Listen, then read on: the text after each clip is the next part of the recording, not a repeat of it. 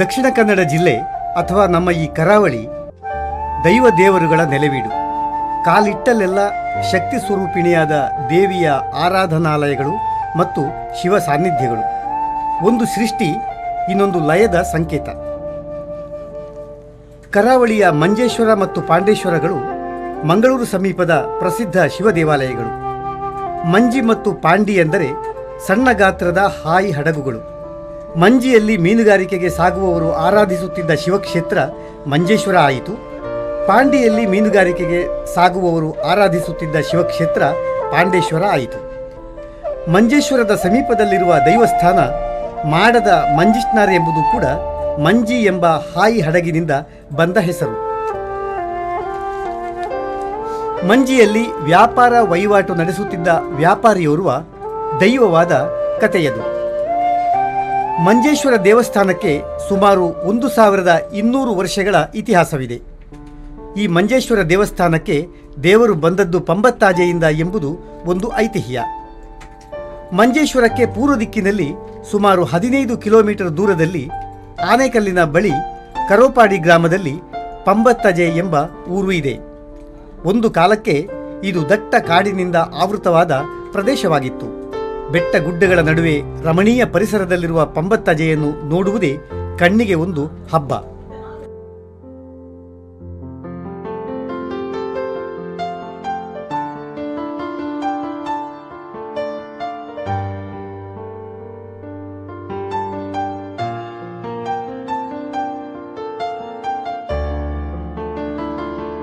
ಪಂಬತ್ತಜೆ ಒಂಬತ್ತಬ್ಬೆಯರ ಅಥವಾ ನವದುರ್ಗೆಯರ ಆರಾಧನಾ ಸ್ಥಳವಾಗಿತ್ತು ಎಂಬುದು ಇತಿಹಾಸದಿಂದ ತಿಳಿದುಬರುವ ವಿಷಯ. ಸುಮಾರು 1200 ವರ್ಷಗಳ ಹಿಂದೆ ಪಂಬತ್ತಜೆಯಲ್ಲಿ ಆರಾಧನಾಲಯವಿತ್ತು. ನವದುರ್ಗೆಯರು ನೆಲೆಸಿ ಇಲ್ಲಿ ಪೂಜೆ ಕೈಗೊಳ್ಳುತ್ತಿದ್ದರು ಎಂದು ತಿಳಿದುಬರುತ್ತದೆ.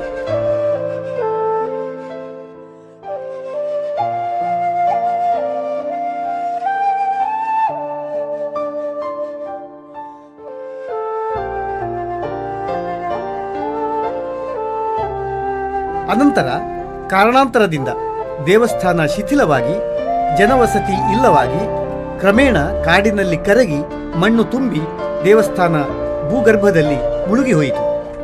2003ರಲ್ಲಿ ಕನ್ಯಾನ ಕಾಲೇಜಿನ ವಿದ್ಯಾರ್ಥಿಗಳು NSS ಅಥವಾ ರಾಷ್ಟ್ರೀಯ ಸೇವಾ ಯೋಜನೆಯ ಶ್ರಮದಾನಕ್ಕಾಗಿ ಪಂಬತ್ತಾಜೆ ಶಾಲಾ ಪರಿಸರವನ್ನು ಆಯ್ಕೆ ಮಾಡಿಕೊಂಡರು. ಶ್ರಮದಾನ ಮಾಡುತ್ತಿರುವಾಗ ದೇವರ ಪಾಣಿಪೀಠ, ಭಗ್ನ ವಿಗ್ರಹ, ದೇವಾಲಯದ ಅವಶೇಷಗಳು ಕಂಡುಬಂದು ದಿಗ್ಭ್ರಾಂತರಾದರು. ವಿದ್ಯಾರ್ಥಿಗಳೊಂದಿಗೆ ಊರವರು ಸೇರಿ ಪರಿಸರವನ್ನು ಸ್ವಚ್ಛ ಮಾಡಿದಾಗ ಪೂರ್ಣ ಪ್ರಮಾಣದಲ್ಲಿ ದೇವಾಲಯ ಸಮುಚ್ಚಯದ ಅವಶೇಷಗಳನ್ನು ಕಂಡರು. ಕನ್ಯಾನದ ಸರ್ಕಾರಿ ಪ್ರಥಮ ದರ್ಜೆ ಕಾಲೇಜಿನ ವಿದ್ಯಾರ್ಥಿಗಳು ತಮ್ಮ ರಾಷ್ಟ್ರೀಯ ಸೇವಾ ಯೋಜನೆಯ ಅಂಗವಾಗಿ ಸ್ವಯಂ ಸೇವೆಗಾಗಿ ಕರೋಪಾಡಿಯ ಪಂಬತ್ತಜೆ ಗ್ರಾಮವನ್ನು ಆಯ್ಕೆ ಮಾಡಿಕೊಂಡ್ರು. ಅಲ್ಲಿ ಸ್ವಯಂ ಸೇವೆಗೆ ವಿದ್ಯಾರ್ಥಿಗಳು ಶ್ರಮದಾನ ಮಾಡ್ತಾ ಇರಬೇಕಾದ್ರೆ ಆ ಪ್ರದೇಶದಲ್ಲಿ ಒಂದು ಹಳೆಯ ಕಾಲದ ದೇವಸ್ಥಾನ ಇರುವುದು ಪತ್ತೆಯಾಯಿತು. ಆ ಸಂದರ್ಭದಲ್ಲಿ ಶ್ರಮದಾನದ ವಿದ್ಯಾರ್ಥಿಗಳು ಅಲ್ಲಿ ಅಗೆಯ್ತಾ ಇರುವಾಗ ಮೊಟ್ಟ ಮೊದಲನೇದಾಗಿ ದೇವರ ಪೀಠವನ್ನು ಕಂಡುಕೊಂಡ್ರು ಅಂತ ಹೇಳಿ ನಮಗೆ ತಿಳಿದು ಬಂತು. ಆಮೇಲೆ ಅಲ್ಲಿ ಏನೇನು ವಿದ್ಯಮಾನಗಳು ಆದವು ಅನ್ನೋದನ್ನು ಏರಿಯಾ ಲಕ್ಷ್ಮೀನಾರಾಯಣ ಆಳ್ಳೂರು ತಮ್ಮ ಸ್ವಯಂ ಅನುಭವವನ್ನು ಈಗ ನಮಗೆ ತಿಳಿಸ್ತಾರೆ. ಆ ಪ್ರದೇಶದಲ್ಲಿ ಪಂಬತ್ತಾಡಿ ಗಣಪತಿ ಭಟ್ರು ಅಂತ ಸತ್ಯ ಗಣಪತಿ ಭಟ್ರು ಅಂತ ಒಬ್ಬ ಕೃಷಿಕರಿದ್ದರು. ಬಹಳ ದೊಡ್ಡವರೆಲ್ಲ ಇದ್ದು ಮಾನಸಿಕವಾಗಿ ತುಂಬ ದೊಡ್ಡವರು. ಅವರು ಆ ಪ್ರದೇಶದಲ್ಲಿ ಒಂದು ದೇವಸ್ಥಾನ ಇತ್ತು, ಅದನ್ನು ಕಂಡುಕೊಳ್ಬೇಕು, ಅದರ ಜೀರ್ಣಾವಸ್ಥೆಯಲ್ಲಿ ಇದೆ ಅಂತ ಅನ್ನೋದನ್ನು ತಹಶೀಲ್ದಾರ್ ಕೃಷ್ಣಪ್ಪನವರು ಆವಾಗ ಬಂಟ್ವಾಳ ತಾಲೂಕಿನ ತಹಶೀಲ್ದಾರ್ ಆಗಿದ್ದರು. ಅವರು ಇಂಥ ಕೆಲಸಗಳಲ್ಲಿ ಮಾತ್ರವಲ್ಲ, ಸಾಹಿತ್ಯ ಕೆಲಸಗಳಲ್ಲಿ ಕೂಡ ತುಂಬ ಆಸಕ್ತರು ಮತ್ತು ಅತ್ಯಂತ ಜನಪ್ರಿಯ ತಹಶೀಲ್ದಾರು. ಅವರು ಹೇಳಿದಾಗ ನನಗೆ ಫೋನ್ ಮಾಡಿ ಕೃಷ್ಣಪ್ಪನವರು ಹೇಳಿದ್ದು, ಇಂಥ ಒಂದು ದೇವಸ್ಥಾನ ಒಂದು ಪಂಬತ್ತಾಡಿ ಅಂತ ಅನ್ನುವಲ್ಲಿ ಕರೋಪಾಡಿ ಗ್ರಾಮದ ಪಂಬತ್ತಾಡಿ ಎನ್ನುವಂಥ ಸ್ಥಳದಲ್ಲಿ ಇದೆ, ನಾವು ಹೋಗಿ ನೋಡೋಣ ಅಂತ. ಹಾಗೆ ನಾನು ಅವರು ಆ ಸ್ಥಳಕ್ಕೆ ಅವರದ್ದೇ ಜೀಪಿನಲ್ಲಿ ಹೋದೆವು. ನಾವು ಹೋಗಿ ಅಲ್ಲಿ ನೋಡುವಾಗ ಒಂದು ದಿಣ್ಣೆ ಆಗಿದೆ, ಸುತ್ತಲೂ ತಗ್ಗು ಪ್ರದೇಶ ಇದೆ, ಒಂದು ಬಾವಿಯ ಗುರುತಿದೆ, ಮುರಕಲ್ಲಿನಲ್ಲಿ ಕಟ್ಟಿದಂಥ ದೇವಸ್ಥಾನದ ಬಾವಿ ಅಂತ ಹೇಳಿದ್ದು. ಮೇಲಿರೋ ಪ್ರದೇಶದಲ್ಲಿ ದೇವಸ್ಥಾನದ ಪಳೆಯುಳಿಕೆಗಳೆಲ್ಲ ಇತ್ತು. ಅದೇ ದಿವಸ ನಾವೊಂದು ಶಾಲೆಯಲ್ಲಿ ಒಂದು ಮೀಟಿಂಗ್ ಮಾಡಿದೆವು. ಮೀಟಿಂಗ್ ಮಾಡಿ ಅದನ್ನು ಜೀರ್ಣೋದ್ಧಾರ ಮಾಡಲಿಕ್ಕೆ ಒಂದು ಕಮಿಟಿ ಮಾಡುವ ತಹಶೀಲ್ದಾರನ ಒಂದು ಉತ್ಸಾಹದಿಂದ ಅಲ್ಲಿ ಒಂದು ಕಮಿಟಿ ಮಾಡುವಂತಾಯಿತು. ಪಂಬತ್ತಾಡಿಯವರು ಅದರ ಎಲ್ಲ ಜವಾಬ್ದಾರಿಯನ್ನು ತೆಕ್ಕೊಂಡ್ರು. ಆ ನಂತರ ದಿವಸಗಳಲ್ಲಿ ಶಾಲಾ ವಿದ್ಯಾರ್ಥಿಗಳು ಬಂದಲ್ಲಿ ಕರಸೇವೆ ಮಾಡುವ ಹೊತ್ತಿಗೆ ಅದನ್ನು ಅಗೆದು ಆ ಪ್ರದೇಶವನ್ನು ಅತ್ಯಂತ ಎಚ್ಚರಿಕೆಯಿಂದ ಪಂಬತ್ತಾಡಿಯವರ ಉತ್ಸಾಹದಿಂದಲೇ ಆ ಪ್ರದೇಶದ ಅಗೆತವನ್ನು ಅವರು ಮಾಡಿದ್ದು. ಅದು ಅಗೆತ ಮಾಡಲಿಕ್ಕೆಲ್ಲ ಏನಿದೆ ಅಂತ ಅನ್ನೋದು ನೋಡಲಿಕ್ಕೆ ಬಹಳ ಎಚ್ಚರಿಕೆಯಿಂದ ಮಾಡುವಾಗ ಪೀಠ ಮತ್ತು ಒಂದು ಮೂರ್ತಿ, ಜನಾರ್ದನ ಮೂರ್ತಿ ಅಂತ ಆನಂತರ ಅವರು ಹೇಳ್ತಾರೆ, ಯಾರು ಸಂಬಂಧಪಟ್ಟವರು, ಆ ಮೂರ್ತಿ ಸಿಗ್ತದೆ. ಅದರ ಕಾಲು ಭಿನ್ನವಾಗಿರ್ತದೆ. ಅದರ ಜೀರ್ಣೋದ್ಧಾರದ ಕೆಲಸವನ್ನು ಕೂಡ ಪಂಬತ್ತಾಡಿ ಗಣಪತಿ ಭಟ್ಟಿ, ಇವರು ವಿದ್ಯಾ ಗಣಪತಿ ಭಟ್ಟಿ ವಹಿಸಿಕೊಳ್ತಾರೆ. ಹೌದು, ಸತ್ಯಗಣಪತಿ ಭಟ್ಟಿ ವಹಿಸಿಕೊಂಡು ಅದನ್ನು ಮುಂದೆ ಪಂಚಾಂಗದವರೆಗೆ ಪೂರ್ತಿ ಶಿಲಾಮಯವಾಗಿರುವ ಹೊತ್ತಿನಲ್ಲಿ ಮತ್ತೊಮ್ಮೆ ನನ್ನನ್ನು ಕರೆಯುತ್ತಾರೆ. ಆವಾಗ ತಹಶೀಲ್ದಾರ್ ಕೃಷ್ಣಪ್ಪನವರು ಮಂಗಳೂರಿಗೆ ವರ್ಗವಾಗಿರ್ತದೆ, ಆದ್ದರಿಂದ ಆಗಿರುವುದಿಲ್ಲ. ನಾನೊಬ್ಬನಲ್ಲಿ ಹೋಗ್ತೇನೆ. ಹೋಗಿ ಅಲ್ಲಿ ಒಂದು ವ್ರತ, ನಮ್ಮ ಸ್ವಾಮೀಜಿಯವರ ನೇತೃತ್ವದಲ್ಲಿ ಒಂದು ಸಭೆ ಆಗ್ತದೆ. ಒಂದು ಯಜ್ಞ ಏನೇ ಮಾಡ್ತಾರೆ, ಅವರು ಒಂದು ಯಜ್ಞದ ಹಾಗೆ ಮಾಡ್ತಾರೆ. ಮಾಡಿ ಅಲ್ಲಿ ಜೀರ್ಣೋದ್ಧಾರ ಆಗಿರುವಂಥ ಸ್ಥಳದಲ್ಲಿ ಇರುವಂಥ ಪೀಠವನ್ನು ನೋಡಿ ನನಗೆ ತುಂಬ ಸಂತೋಷವಾಯಿತು. ಆದರೆ ಮುಂದೆ ಅದು ಮಂಜೇಶ್ವರದ ಕೊಂಕಣಿಗಳಿಗೆ ಗೌಡಸಾರ ಸಮಾಜದವರು ಸೇರಿದ್ದು ಅಂತ ಹೇಳ್ತಾರೆ. ಆ ನಂತರ ಪ್ರದೇಶದಲ್ಲಿ ಸಂಬಂಧಪಟ್ಟವರು ನನ್ನನ್ನು ಮತ್ತೊಮ್ಮೆ ಕರೆಯುತ್ತಾರೆ. ಕುಟುಂಬದವರು, ಮಂಜೇಶ್ವರದ ಕುಟುಂಬದವರು, ಅವರು ಇಡೀ ಕುಟುಂಬ ಸಮೇತರಾಗಿ ಅಲ್ಲಿ ಬಂದ ಗುಡಿಯ ನಿರ್ಮಾಣದ ಕೆಲಸದಲ್ಲಿ ಪೂರ್ಣ ತಮ್ಮನ್ನು ತೊಡಗಿಸಿಕೊಂಡು ಅತ್ಯಂತ ಶೀಘ್ರವಾಗಿ ಇದನ್ನು ಮಾಡಬೇಕೆಂಬ ಹಠ ತೊಟ್ಟಿದ್ದು. ಆದ್ದರಿಂದ ಆ ದೇವಸ್ಥಾನವ, ಆ ಪ್ರದೇಶ ಮತ್ತು ಅಲ್ಲಿರುವ ಬಾವಿ ಮತ್ತು ಅದನ್ನು ಆ ಮೂರ್ತಿಯನ್ನು ನಾನು ಕೂಡ ಕಂಡಿದ್ದೆ. ಆ ಪ್ರದೇಶವನ್ನು ನೋಡುವಾಗ ಒಂದು ಕಾಲದಲ್ಲಿ ಅತ್ಯಂತ ಪ್ರಸಿದ್ಧವು ಮತ್ತು ಕಾರ್ಣಿಕದ ಕ್ಷೇತ್ರದ ಹಾಗೆ ಅದು ನನಗೆ ಕಂಡುಬಂತು. ಮತ್ತು ಐತಿಹಾಸಿಕವಾದಂಥ ಒಂದು ದೊಡ್ಡತನವು ಅದಕ್ಕೆ ಇರ್ಬೋದು. ಯಾಕಂತೇಳಿದರೆ ಮಂಜೇಶ್ವರದವರ ಪ್ರಾಪರ್ಟಿಯಲ್ಲಿದ್ದು ಅವರಿಗೆ ಸಂಬಂಧಪಟ್ಟ ಭೂಮಿ ಅಂತ ಹೇಳುವಾಗ, ಮತ್ತು ಈಗಲೂ ಅದು ಕೇರಳ ಮತ್ತು ಕರ್ನಾಟಕದ ಗಡಿ ಪ್ರದೇಶದಲ್ಲಿ ಇದೆ. ಆ ದೇವಸ್ಥಾನ ಇರುವಂಥದ್ದು ಕೇರಳ ಮತ್ತು ಕರ್ನಾಟಕದ ಗಡಿ ಪ್ರದೇಶದಲ್ಲಿದೆ. ಅದು ಜೀರ್ಣೋದ್ಧಾರ ಆಗ್ತಾ ಇರುವುದನ್ನು ನೋಡಿ ನನಗೆ ತುಂಬ ಸಂತೋಷವಾಗಿದೆ. ನಾವು ಹೊಸ ದೇವಸ್ಥಾನಗಳು ನಿರ್ಮಾಣ ಮಾಡೋದು ಬಿದ್ದು ಹೋದ ಇಂಥ ಹಳೆ ದೇವಸ್ಥಾನಗಳ ನಿರ್ಮಾಣ ಮಾಡುವುದರ ಮೂಲಕ ಸಾಂಸ್ಕೃತಿಕವಾಗಿ, ಧಾರ್ಮಿಕವಾಗಿ ಮಾತ್ರವಲ್ಲ, ನೈತಿಕವಾಗಿ ಕೂಡ ಒಂದು ದೊಡ್ಡ ಹೊಣೆಗಾರಿಕೆಯನ್ನು ನಾವು ನಮ್ಮ ಹೊತ್ತಿಕೊಂಡು ಈ ಕೆಲಸ ನಡೀತಾ ಇದೆ ಅಂತ ಅನ್ನೋದು ನನಗೆ ತುಂಬ ಸಂತೋಷ. ಯಾರ್ಯಾರು ಅದರಲ್ಲಿ ಕೆಲಸ ಮಾಡ್ತಾಯಿದ್ದಾರೋ ಅವರೆಲ್ಲ, ಸತ್ಯಗಣಪತಿಯವರು ಅಕಸ್ಮಾತ್ತಾಗಿ ಮೃತರಾದರು. ಅದು ಈಗ ತೆಕ್ಕೊಂಡಿರುವಂಥ ಮಂಜೇಶ್ವರದ ಗೌಡಸಾರ್ಥ ಕುಟುಂಬದವರು ತುಂಬ ಶ್ರದ್ಧೆಯನ್ನು ಮಾಡುತ್ತಿರೋದು ನನಗೆ ತುಂಬ ಸಂತೋಷವನ್ನು ಕೊಟ್ಟಿದೆ.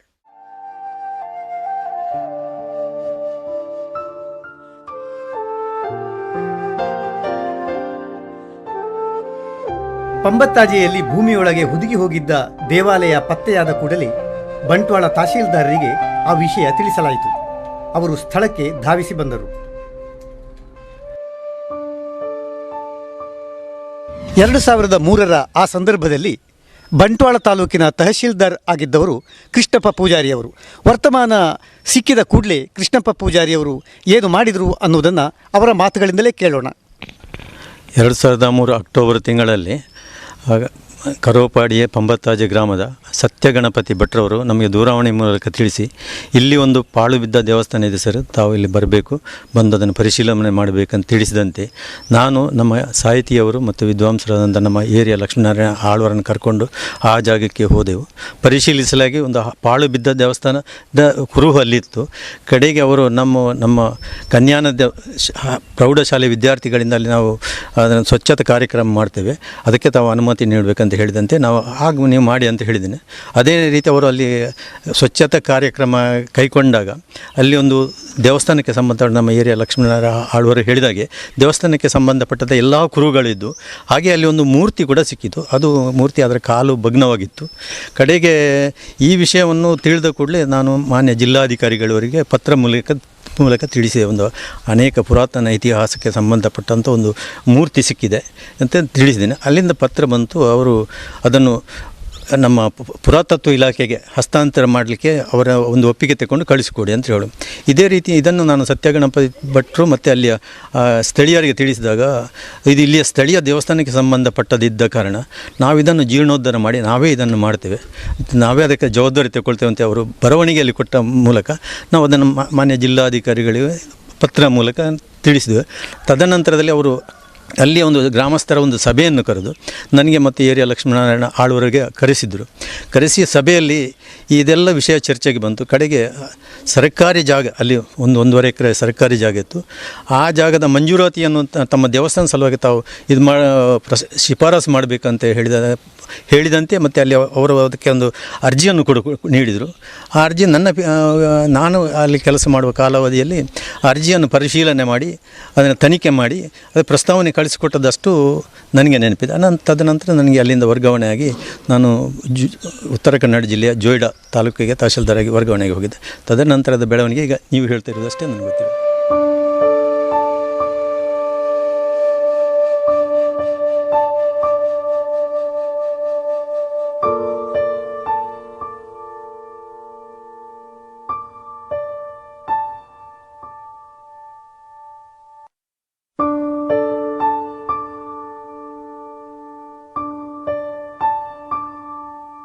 ದೈವ ದೇವರು ಕಾರ್ಯಕ್ರಮದಲ್ಲಿ ಪಂಬತ್ತ ಜಯ ಒಂಬತ್ತಬ್ಬೆಯರು ಕಾರ್ಯಕ್ರಮವನ್ನು ವೀಕ್ಷಿಸ್ತಾ ಇದ್ದೀರಲ್ಲ ಬಂಧುಗಳೇ. ಈಗ ಒಂದು ಸಣ್ಣ ಬ್ರೇಕಿನ ನಂತರ ಕಾರ್ಯಕ್ರಮ ಮುಂದುವರಿಯುವುದು. ದೈವ ದೇವರು ಕಾರ್ಯಕ್ರಮದಲ್ಲಿ ಪಂಬತ್ತ ಜಯ ಒಂಬತ್ತಬ್ಬೆಯರು ರೂಪಕ ಕಾರ್ಯಕ್ರಮವನ್ನು ಕೇಳ್ತಾ ಇದ್ದೀರಲ್ಲ ಬಂಧುಗಳೇ. ಈಗ ಕಾರ್ಯಕ್ರಮ ಮುಂದುವರಿಯುತ್ತೆ, ವೀಕ್ಷಿಸಿ.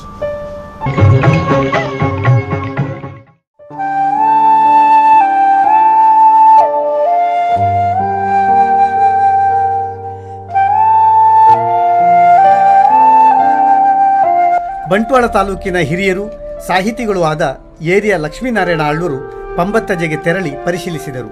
ಅವರ ಅನುಭವ ವಿಶಿಷ್ಟವಾಗಿದೆ.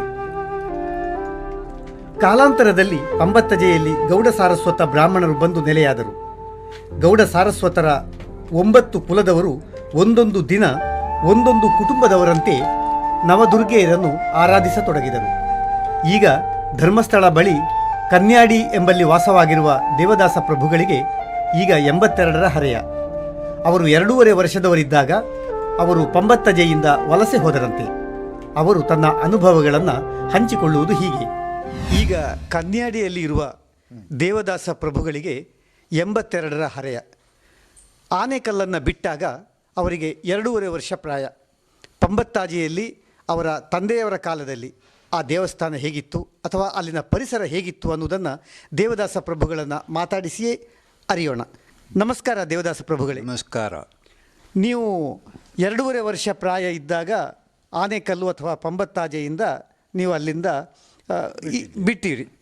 ನಿಮ್ಮ ತಂದೆಯವರ ಕಾಲದಲ್ಲಿ ಪಂಬತ್ತಾಜೆ ಹೇಗಿತ್ತು ಮತ್ತು ಅಲ್ಲಿನ ಚಟುವಟಿಕೆ, ಅಲ್ಲಿನ ಪರಿಸರ ಹೇಗಿತ್ತು ಅನ್ನೋದನ್ನು ಹೇಳ್ತೀರಾ? ಅಂತ ಅದು ಚೆನ್ನಾಗಿ ಕರೆಕ್ಟಾಗಿ ಹೇಳಲಿಕ್ಕಾಗೋದಿಲ್ಲ. ಏನು ಅಂತ ಹೇಳಿದ್ರೆ, ನನಗೆ 2.5 ವರ್ಷದ ಒಳಗಿನ ಮಗು ನಾನು. ಆ ಟೈಮಿಗೆ ನಾವು ಮನೆಯಲ್ಲಿ 11 ಜನ ಇದ್ದೇವೆ. ಒಂದು ಪಾವು ಅಕ್ಕಿಗೆ ಅನ್ನ ಮಾಡಿ 11 ಜನ ಊಟ ಮಾಡೋದು. ಆ ನಿರ್ಗತಿಕ ಇದರಲ್ಲಿ ನಾವಿದ್ದೇವೆ. ಆಗ ಅಲ್ಲಿದ್ದ ಅಣ್ಣ ತಮ್ಮದ ಪೂರ ಬೇರೆ ಬೇರೆ ಬೇರೆ ಹೋಗಿದ್ದವರು. ಆ ಪರಿಸ್ಥಿತಿಯಲ್ಲಿ ಆ ದೇವಸ್ಥಾನದ ವಿಚಾರವೇ ಆಗ ನಮಗೆ ಗೊತ್ತಿಲ್ಲ. ಈಗ ಸದ್ಯದ 84-5ನೇ ಇಸ್ವಿಯಲ್ಲಿ ನಾನು ಪಂಬತ್ತಾಜೆಗೆ ಹೋಗಿದ್ದೆ. ನನಗೆ ಈ ಮಾನಸಿಕ ಅಸ್ವಸ್ಥತೆ ಉಂಟಾಗಿ ಅಲ್ಲಿ ಮೂಲನಾಗನನ್ನು ನಾವು ಹುಡ್ಕೊಂಡು ಹೋಗಿದ್ದು. ಮೂಲನಾಗ ಹುಡ್ಕೊಂಡು ಹೋಗುವಾಗ ಅಲ್ಲಿ ಕೆಳಗೆ ಗದ್ದೆಯಲ್ಲಿ ಉಂಟದು ಅಂತ ಆಯಿತು. ಆ ನಾಗರನ್ನು ಹುಡ್ಕೊಂಡು ಹೋಗಿ ಅದರ ಮತ್ತೆ ಅಲ್ಲಿ ಒಂದು ಹೆಗಡೆ ಅಂತ ಅವರ ಹೆಸರು ಸರಿ ಗೊತ್ತಿಲ್ಲ ನನಗೆ. ಅವರು ಕರ್ಕೊಂಡು ಹೋದರು ಮೇಲೆ ಗುಡ್ಡೆತೆಗೆ. ಅವರ ಮನೆ ಹಿಂದ್ಗಡೆಯಿಂದ ಮೇಲೆ ಆಗ ಇದು ಗುಡ್ಡೆ ಇದ್ದಲ್ಲಿ ಕರ್ಕೊಂಡು ಹೋಗೋದು. ಈ ಪಂಬಸ್ಥಳ ದೇವಸ್ಥಾನದ ಮೇಲೆ ನನ್ನ ಬಂದುಕೊಂಡು ನಾನು ಹೋಗಿ ಅದರ ಮೇಲೆ ನಿಂತಕೊಳ್ಳೆ ಅದು ಮೂರ್ತಿ ಒಂದು ಅಲಗಾಡಿತು. ಮಾತಾಡಿದಾಗ ಆಯಿತು, ನನ್ನನ್ನು ತೊಳೆದು ನಿಲ್ಲಬೇಡ ನೀನು ಅಂತ ಹೇಳಿದಾಗ ಆಯಿತು ನನಗೆ. ನಾನು ಹಿಂದೆ ಬಂದೆ ಸ್ವಲ್ಪ. ಆದರೆ ಮತ್ತೆ ನಾವು ಹೀಗೆ ಹೋಗಿದ್ದದು, ನಮಗೆ ಗೊತ್ತಿಲ್ಲ ಅದು ಆ ವಿಚಾರಗಳು ಇನ್ನುಂಟಲ್ಲಿ ವಿಶೇಷತೆ ಅಂತ. ಹಾಗೆ ಹಿಂದಿನ ಕಥೆ ನಮಗೇನು ಯಾರೂ ಹೇಳಲಿಲ್ಲ. ಅಜ್ಜನೂ ಹೇಳಲಿಲ್ಲ, ತಂದೆಯೂ ಹೇಳಲಿಲ್ಲ, ಚಿಕ್ಕ ತಂದೆಯವರು ಏನೂ ಹೇಳಲಿಲ್ಲ. ಹಾಗೆ ಯಾವ ಪರಿಸರವೂ ನಮಗೆ ಗೊತ್ತಿರುವುದಿಲ್ಲ.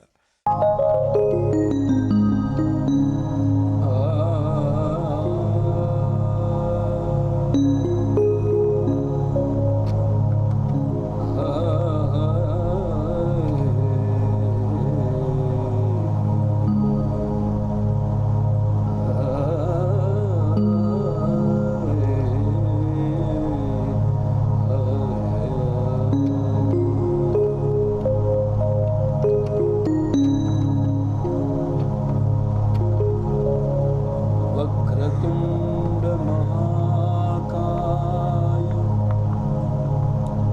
सूर्यकोटि समप्रभा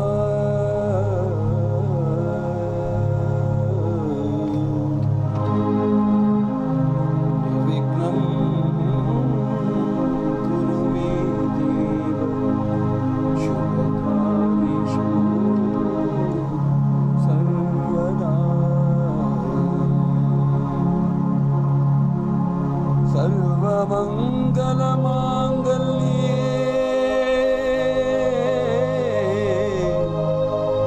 शिवे सर्वार्थ साधिके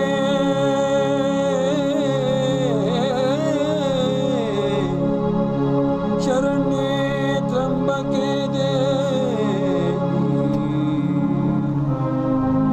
नारायणी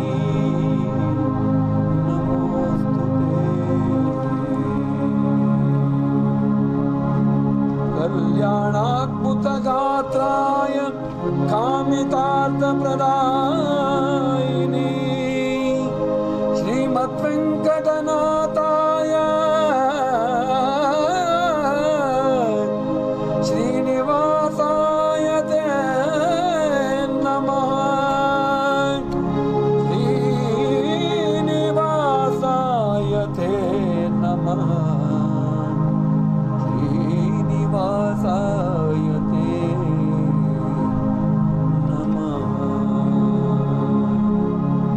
गुरुर्ब्रह्मा गुरुर्विष्णु गुरुर्देवो महेश्वरा गुरुर्साक्षात् परब्रह्म तस्मै श्री गुरवे नमः।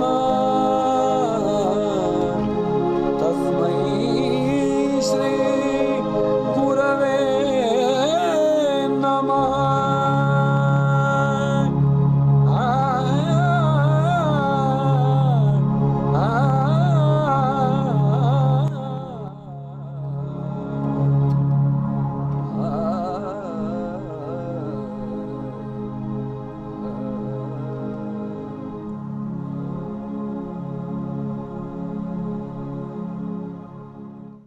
ಮುರಳೀಧರ ಕಾಮತ್ ಅವರು ಮಂಗಳೂರಿನ ಪ್ರಸಿದ್ಧ ಭಾವಗೀತೆಗಳ ಮತ್ತು ಭಕ್ತಿಗೀತೆಗಳ ಗಾಯಕರು. ಕಳೆದ 4-5 ವರ್ಷಗಳಿಂದ ಪಂಬತ್ತಾಜೆಗೆ ನಿರಂತರವಾಗಿ ಅವರು ಭೇಟಿ ಕೊಟ್ಟು ಅಲ್ಲಿ ತಮ್ಮ ಸೇವೆಯನ್ನು ನೀಡ್ತಾ ಇದ್ದಾರೆ. ಮುರಳೀಧರ ಕಾಮತ್ ಅವರ ಅನುಭವವನ್ನು ಈಗ ಅವರ ಮಾತುಗಳಲ್ಲೇ ಕೇಳೋಣ. ಮುರಳೀಧರ ಕಾಮತ್ ಅವರೇ, ಪಂಬತ್ತಾಜೆಯಲ್ಲಿ ನಿಮ್ಮ ಅನುಭವಗಳು ಏನು, ಅದನ್ನು ಸ್ವಲ್ಪ ವಿವರಿಸಿ ಹೇಳ್ತೀರಾ? ಸುಮಾರು 5 ವರ್ಷಗಳ ಹಿಂದೆ ನಾನು ಪಂಬತ್ತಾಜೆ ಕ್ಷೇತ್ರಕ್ಕೆ ಭೇಟಿ ಕೊಟ್ಟೆ. ನನ್ನ ಈ ಸಂಗೀತ ವೃತ್ತಿಯಲ್ಲಿ ನಾನು ಹಲವಾರು ಕ್ಷೇತ್ರಗಳಿಗೆ ನನ್ನ ಸಂಗೀತದ ಮೂಲಕ ದೇವರಿಗೆ ಸೇವೆಯನ್ನು ಕೊಟ್ಟಿದ್ದೇನೆ. ಆ ರೀತಿಯಲ್ಲಿ ನಮಗೆ ಗೋಪಾಲಕೃಷ್ಣ ಪ್ರಭು ಅವರು ನಮ್ಮ ಸಂಗೀತವನ್ನು ಕೇಳಿದವರವರು ನಿಮ್ಮ ಒಂದು ಗಾಯನ ಸಂಗೀತವನ್ನು ಅಲ್ಲಿ ನಮ್ಮ ಆ ಕ್ಷೇತ್ರದಲ್ಲಿ ನೀವೊಂದು ಮಾಡಬೇಕು ಅಂತ ನನಗೆ ಆಮಂತ್ರಿಸಿದರು. ಅವರ ಆ ಆಮಂತ್ರಣಕ್ಕೆ ಖಂಡಿತವಾಗಿ ನಾನು ಬರ್ತೇನೆ ಅಂತೇಳಿ ನಾನು ಆ ವಿಷಯವನ್ನು ಗಮನದಲ್ಲಿಟ್ಕೊಂಡೆ.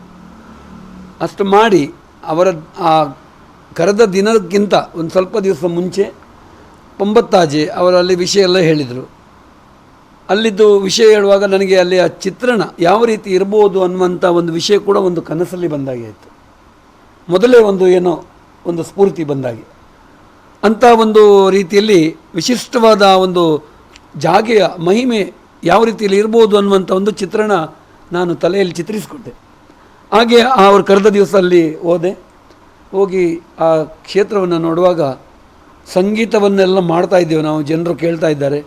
ಒಂದು ಬಹಳಷ್ಟು ಆ ಜಾಗೆಯಲ್ಲಿ ಕುಳಿತುಕೊಂಡಾಗ ಅಥವಾ ಅಲ್ಲಿ ಹೋದಾಗ ಏನೋ ಒಂದು ರೀತಿಯಲ್ಲಿ ಅಂದರೆ ನಾವು ಯಾವಾಗಲೂ ನಮ್ಮ ಮನಸ್ಸಲ್ಲಿ ಏನೇನೋ ವಿಚಾರಗಳನ್ನು ಇಟ್ಕೊಳ್ತಿದ್ವಿ. ಆದರೆ ಆ ಸಂದರ್ಭದಲ್ಲಿ ಈ ಕ್ಷೇತ್ರದ ಬಗ್ಗೆ ನನಗೆ ಏನೋ ಒಂದು ರೀತಿಯಲ್ಲಿ ಮನಸ್ಸಲ್ಲಿ ಬಂತು, ಇಲ್ಲಿ ಏನೋ ಒಂದು ಮಹತ್ವ ಇದೆ, ಏನೋ ಒಂದು ದೊಡ್ಡ ರೀತಿಯ ಕಾರಣಿಕ ಇದೆ, ದೇವರ ಮಹಿಮೆ ಇದೆ ಅನ್ನುವಂಥ ಒಂದು ಮನಸ್ಸಲ್ಲಿ ಒಂದು ರೀತಿಯ ವಿಚಾರ ಮೂಡಿ ಬಂತು. ಅದೇ ರೀತಿ ನನ್ನ ಸಂಗೀತ ಕೂಡ ಆ ದೇವರು ಉತ್ತಮ ರೀತಿಯಲ್ಲಿ ನನ್ನಿಂದ ಹಾಡಿಸಿದರು, ಒಂದು ಕಂಪನ ಇದ್ದಾಗೆ. ಅಂಥ ಒಂದು ಕ್ಷೇತ್ರ, ಆ ಜಾಗೆಯಲ್ಲಿ ಕೂತ್ಕೊಂಡು ಆ ಎದುರಿನ ದೃಶ್ಯವನ್ನೆಲ್ಲ ನೋಡುವಾಗ ಆ ಸುತ್ತಲಿನ ಗುಡ್ಡ ಪ್ರದೇಶಗಳು, ಮರಗಿಡಗಳು, ಆ ವಾತಾವರಣ, ಇದೆಲ್ಲವೂ ಆ ದೇವರು ಒಂದು ಸ್ವರ್ಗ ಅಂತ ಹೇಳ್ತೇವೆ. ಅಂದರೆ ನಾವು ಸ್ವರ್ಗವನ್ನು ಹೇಗೆ ಚಿತ್ರಿಸಿಕೊಡ್ತೇವೆ ಅಂಥ ಒಂದು ವೈಭವ. ಆ ದೇವರು ಅಲ್ಲಿ ಕೂತ್ಕೊಳ್ಳೋದಾದರೆ, ಆ ಕ್ಷೇತ್ರ ಇರುವುದಾದರೆ ಖಂಡಿತ ಹೌದು. ಈ ಒಂದು ಪ್ರಶಾಂತ ವಾತಾವರಣದಲ್ಲಿ ಆ ಒಂದು ದೊಡ್ಡ ವೈಭವಪೂರ್ಣ ಆ ಒಂದು ಕ್ಷೇತ್ರದ ಮಹಿಮೆ ತುಂಬ ಅಪಾರ ಇರ್ಬೋದಂತ ಮನಸ್ಸಿಗೆ ಬಂದು ವಿಶೇಷವಾಗಿ ಅಲ್ಲಿಯ ಆ ಒಂದು ಗಾಯನ ಸಂಗೀತ ಕಚೇರಿಯಲ್ಲಿ ಭಾಗವಹಿಸಿದೆ. ಅದರ ನಂತರ ನಾನು ಆಗಲೇ ಮನಸ್ಸಲ್ಲಿ ಎಣಿಸ್ಕೊಂಡೆ, ಇದು ಒಂದು ರೀತಿಯಲ್ಲಿ ಬಹಳಷ್ಟು ಬೇಗ ಅಭಿವೃದ್ಧಿಗೊಂಡು ಈ ದೇವರ ಮಹಿಮೆ, ಈ ದೇವರ ಸಾಕ್ಷಾತ್ ರೂಪವನ್ನು, ಅಂದರೆ ಆ ದೇವರ ಕಾರಣಿಕವನ್ನು ಆ ದೇವರಲ್ಲಿ ತೋರಿಸ್ಕೊಡ್ತಾರೆ ಅನ್ನುವಂಥ ಒಂದು ಮನಸ್ಸಲ್ಲಿ ಆಗಲೇ ನನಗೆ ಮೂಡಿ ಬಂದಂಥ ವಿಚಾರವಾಗಿ 2-3 ಸಲ ಅದರ ನಂತರ ಹೋದೆ, ಅಲ್ಲಿ ಸೇವೆಯನ್ನು ಮಾಡ್ತಾ ಇದ್ದೇನೆ. ಈಗಲೂ ಪಂಬತ್ತಾಜೆ ಅನ್ನುವಂಥ ಆ ಒಂದು ವಿಷಯ, ದೇವಳದ ಆ ಒಂದು ಸಹಕಾರ, ಅವರು ಕೊಡುವಂಥ ಅಲ್ಲಿ ಒಂದು ಪ್ರೀತಿ, ಆ ಊರಿನ ಜನರು ಅದಕ್ಕೆ ಪೂರಕವಾಗಿ ಸಹಕಾರ ನೀಡುವವರು, ಅಲ್ಲಿ ಆ ದೇವರನ್ನ ಸೇವೆಯನ್ನು ಮಾಡಬೇಕು ಅನ್ನುವಂಥ ಒಂದು ಮನಸ್ಸಲ್ಲಿ ಇರಬೇಕಾದ್ರೆ ಖಂಡಿತವಾಗಿ ಆ ದೇವರ ಮಹಿಮೆ ಆ ಜಾಗೆಯಲ್ಲಿ ಆ ಜನರಿಗೆ ಅವರು ತೋರಿಸಿಕೊಡ್ತಾ ಇದ್ದಾರೆ ಅಂತ.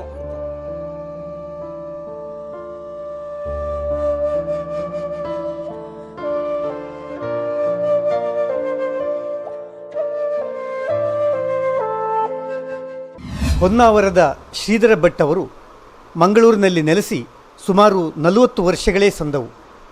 ಪಂಬತ್ತಾಜೆ ದೇವಸ್ಥಾನದ ಇತಿಹಾಸದ ಬಗ್ಗೆ ಅವರು ಹೇಳುವುದು ಹೀಗೆ. ಪಂಬತ್ತಾಜೆ ಇತಿಹಾಸ ಹೇಳಿದರೆ ಅನಾದಿ ಕಾಲದಿಂದ ಅದು 9 ನವರಾತ್ರಿಯ ಉತ್ಸವ ಆಗುವಂಥ ಪಂಬತ್ತಾಜೆ, ತುಳುವಿನಲ್ಲಿ ಪಂಬತ್ತಾಜೆ ಹೇಳ್ತಾರೆ. ಅದಕ್ಕೆ ನವರಾತ್ರಿ ಉತ್ಸವ ಆಗುವಂಥ ಜಾಗೆ. ಅದೇನು ಅನಾದಿ ಕಾಲದಲ್ಲಿ ಏನೋ ಒಂದು ಇದಾಗಿ ಅಥವಾ ಇನ್ನಿತರ ಗ್ರಾಮದ ವ್ಯವಸ್ಥೆ ಸರಿ ಇಲ್ಲದೆಯೋ ಏನಿಲ್ಲದೆಯೋ ಅದು ನೆಲ ಅಡಿಯಲ್ಲಿ ಹೋಗಿದ್ದ ದೇವಸ್ಥಾನ. ಅದ್ರ ನಂತರ ಏನೋ ಒಂದು ಮಕ್ಕಳೆಲ್ಲ, ಶಾಲೆಯ ಮಕ್ಕಳು ಅವರ ಶ್ರಮದಾನ ಮಾಡುವಾಗ ಆ ದೇವರು ಸಿಕ್ಕಿ, ಆ ದೇವರಿಗೆ ಊರಿನ ಒಂದು ಗಣ್ಯ ವ್ಯಕ್ತಿ ಆದಂಥ ಯಾರೋದು ಪಂಬತ್ತಾಜೆ ಗಣಪತಿ ಭಟ್ರು ಅವರು ತಮ್ಮ ಒಂದು ಶ್ರಮದಲ್ಲಿ ಅಲ್ಲಿ ಒಂದು ದೇವಸ್ಥಾನ ಪ್ರತಿಷ್ಠಾಪನೆ ಮಾಡಿ, ಬಾಲಾಲಯ ಹಾಗೆ ಒಳ್ಳೆಯ ಒಂದು ದೇವಸ್ಥಾನ ಮಾಡಬೇಕು ಅನ್ನೋ ಉದ್ದೇಶದಿಂದ ಅವರು ಏನೋ ಒಂದು ಶತಪ್ರಯತ್ನವನ್ನು ಮಾಡಿದರು. ಆದರೂ ಏನೋ ಗ್ರಹಗತಿ ದೋಷವೋ ಅಥವಾ ಆ ಜಾಗೆಯ ಏನೋ ಒಂದು ಮಹಿಮೆಯೋ ಅಥವಾ ಆ ದೇವರ ಮಹಿಮೆಯೋ ಅಥವಾ ಆ ದೇವರಿಗೆ ಯಾವ ರೀತಿಯಿಂದ ಎಷ್ಟು ಕಾಲದಲ್ಲಿ ಇದು ದೇವಸ್ಥಾನ ಆಗಬೇಕು ಅದು ನಮಗೆ ಗೊತ್ತಿಲ್ಲ. ಅದು ದೇವರ ಇಚ್ಛೆ. ನಾವು ಜ್ಯೋತಿಷ್ಯ ನೋಡ್ತೇವೆ, ಜಾತಕ ನೋಡ್ತೇವೆ, ಎಲ್ಲ ನೋಡ್ತೇವೆ ನಾಳೆ ಆಗ್ತದೆ ಅಂತ. ಆದರೆ ನಮಗಿಂತ ಆ ದೇವರ ಒಂದು ನಿಯಮ ಉಂಟು, ದೇವರ ಒಂದು ಟೈಮ್ ಉಂಟು. ಆ ಟೈಮಲ್ಲೇ ಅದು ಆಗೋದು.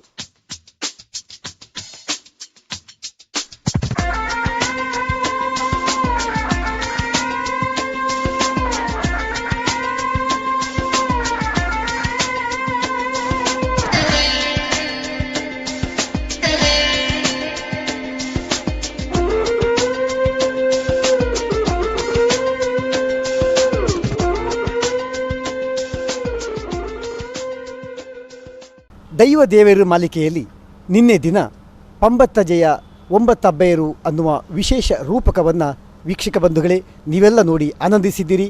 ಅದರ 2ನೆಯ ಭಾಗವನ್ನು ಇವತ್ತು ನೋಡೋಣ, ಬನ್ನಿ ವೀಕ್ಷಿಸಿ.